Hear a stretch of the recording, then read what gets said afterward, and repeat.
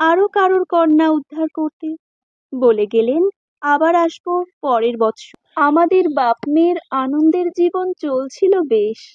সারাক্ষণ আমার পিছনে, সব কাজ শিখে গেল, পারতো না শুধু রান্না। একদিন হাতে ফোসকা পড়ে কি অবস্থা!